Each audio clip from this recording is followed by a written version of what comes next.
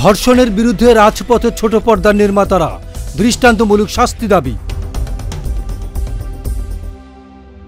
ধর্ষণ ও নারী নিপীড়নে জড়িতদের সর্বোচ্চ শাস্তির দাবিতে জাতীয় প্রেস ক্লাবের সামনে প্রতিবাদী মানববন্ধন করেছে ছোট পর্দার নির্মাতাদের সংগঠন ডিরেক্টরস গিল্ড বাংলাদেশ।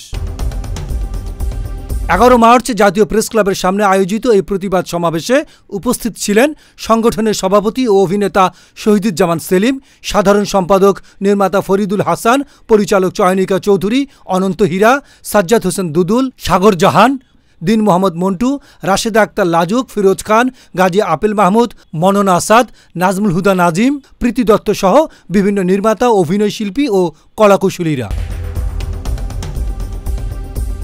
প্রতিবাদী এ কর্মসূচিতে বক্তারা বলেন, সাম্প্রতিক ঘটনায় মাত্র 8 বছর বয়সী শিশু আসিয়া নৃশংসভাবে ধর্ষণের শিকার হয়, যা জাতির বিবেককে নাড়া দিয়েছে। এছাড়া শিক্ষা প্রতিষ্ঠানগুলোতেও নারীরা নিরাপদ নয়। এই দেশ আমরা চাই না। বর্তমান সরকারের কাছে আমাদের অনুরোধ, দ্রুত সময়ের মধ্যে ধর্ষণকারীদের মৃত্যুদণ্ড কার্যকর করুন।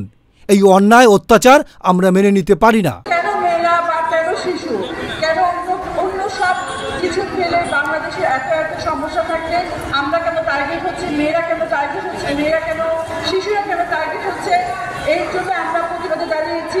আমরা জানি না আমরা কতটা কি করতে পারবো, আমরা সমাজকে কতটা নাড়া দিতে পারবো। মুখে না পড়ে এবং যারা ধর্ষণ করে তাদের এমন একটা দৃষ্টান্তমূলক শাস্তি দেওয়া হয় যাতে এই ধর্ষকরা আর কোনোদিন ধর্ষণ করতে সাহস না পায়। আমরা ধর্ষকদের দৃষ্টান্তমূলক শাস্তি দাবি করি।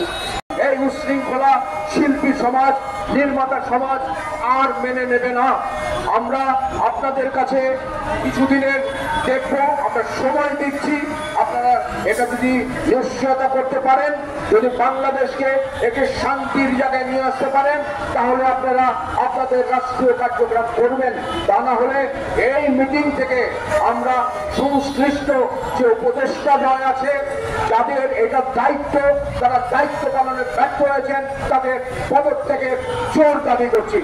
বক্তারা আরও বলেন, নারীদের পাশাপাশি পুরুষদেরও ধর্ষণের বিরুদ্ধে প্রতিবাদ করতে হবে, কারণ নারী পুরুষ সম্মিলিতভাবে প্রতিবাদ করলেই ধর্ষণ বন্ধ হবে।